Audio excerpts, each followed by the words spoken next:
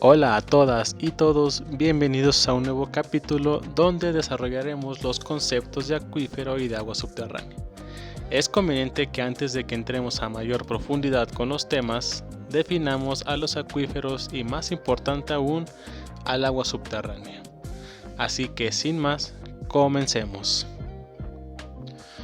Cuando se habla de sistemas hídricos, el agua subterránea es el menos conocido por la comunidad no especializada en el tema. Muchas de las veces, el público se imagina que debajo de la tierra corren ríos subterráneos, tal como corren ríos en la superficie. Esta concepción del agua subterránea y cómo se mueve en el medio geológico sigue siendo vigente, pues personas dedicadas a ubicar zonas de extracción de agua utilizan varas de madera llevando a cabo el método Saury. Estos hablan de venas subterráneas y ríos que corren en una u otra dirección. Pero no hablaremos de ello, ya que no hay sustento científico que respalde la teoría radiestésica. Otra imagen común es visualizar un cenote, como el de la península de Yucatán. Sin embargo, la mayoría de los acuíferos están compuestos de depósitos granulares que se extienden en amplios valles, como el acuífero del Valle de México, el cual está limitado por una cadena montañosa. Otros acuíferos están limitados por el mar, llamados acuíferos costeros, como en el puerto de Vallarta, en Jalisco. Si tomamos una pequeña porción de lo que definiremos como un acuífero, podemos observar que se compone de varias unidades geológicas, conectadas y saturadas de agua que permiten almacenar una cantidad suficiente de agua para ser económicamente explotada mediante pozos o manantiales. Podemos diferenciar dos tipos generales de acuíferos confinados y no confinados.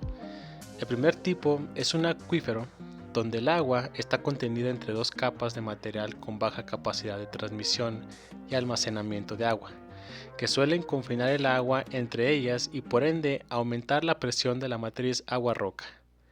La característica principal es que la presión en dicha zona es mayor a la presión atmosférica. Por otro lado, los acuíferos no confinados, o también llamados libres, el agua almacenada tiene como frontera superior el nivel freático, cuya presión es igual a la atmósfera. La mayoría de los autores destacan tres formaciones que no son precisamente acuíferos, pero que tienen una interacción con el agua. Un acuicludo, por ejemplo, es una formación geológica saturada de agua, pero relativamente impermeable, la cual no permite que se extraiga agua en cantidades suficientes, por ejemplo, las secuencias de capas arcillosas. Un acuífugo es una formación impermeable que no permite transmitir ni almacenar agua. Por ejemplo, el granito sólido entra en esta categoría. Estos son, por general, el basamento hidrogeológico. Y un acuitardo es aquella formación con poca permeabilidad que, aunque estando saturada de agua, no permite que el agua contenida se transmita libremente a los pozos, pero puede transmitir una cantidad apreciable de agua hacia o desde formaciones acuíferas vecinas. También podemos categorizar a los acuíferos dependiendo del tipo de porosidad que la constituye. Los de porosidad primaria se refieren a acuíferos donde el agua se mueve a través de la interacción de los poros, es decir, la roca de composición granular como las areniscas o las calizas.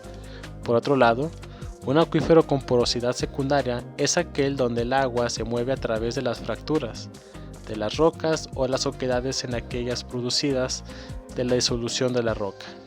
Como ejemplos tenemos algunas rocas volcánicas y rocas kársticas. Al agua subterránea la podemos definir como agua que se localiza en el subsuelo, pero no toda el agua en el subsuelo es agua subterránea. Del agua de la precipitación, una cantidad suele infiltrarse al suelo y el resto suele escurrir por la superficie. Del agua infiltrada, una continúa su movimiento dentro de la matriz del suelo. A esto se le llama percolación. El resto del agua que infiltró se convierte en recarga, ya que es agua que llega al nivel freático. En el sistema del agua en el subsuelo resaltan tres zonas. La primera, la zona badosa, donde el suelo y las rocas no están saturadas de agua. Es característico que en esta zona la presión sea menor a la presión atmosférica y se gana y se pierde presión dependiendo de los factores como el clima y la humedad relativa del suelo. La segunda, que pertenece a la zona badosa, es la franja capilar, donde el agua suele ascender por efectos de la capilaridad y suele ser una zona más saturada que la zona badosa. Esta franja será más alta o más baja dependiendo de las propiedades del suelo y la roca. La presión es menor a la atmósfera y suele ir aumentando conforme se acerca al nivel freático. Y la zona saturada o de saturación es el espacio ubicado debajo del nivel freático donde ya todos los poros del suelo y la roca están saturados con agua. La presión es mayor a la atmósfera y aumenta conforme aumenta la profundidad y el valor del peso volumétrico. El nivel freático es la línea que separa la zona saturada y la no saturada del subsuelo. Esta línea se reconoce debido a que la presión ahí es igual a la atmosférica para el caso de acuíferos libres. El agua subterránea viaja de una carga piezométrica mayor a una menor, como ya se explicó en el capítulo 1. Esta agua se deriva principalmente de la infiltración en las zonas con buenas características para que un gran porcentaje de esta agua infiltrada se convierta en agua subterránea. Estas zonas se llaman zonas de recarga, pero ya hablaremos de ello más adelante. En resumen, tenemos que un acuífero es una formación geológica que tiene la capacidad de almacenar y transmitir agua en cantidades suficientes que puedan ser explotadas mediante pozos y puede ser un motor de desarrollo económico para quienes la usan.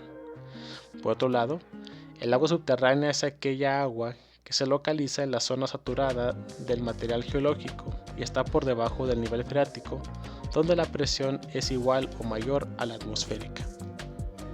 En la siguiente entrega hablaremos de las propiedades hidráulicas del medio geológico y cómo éstas juegan un papel importante en el movimiento del agua. No olviden dar me gusta y compartir. Hasta la próxima.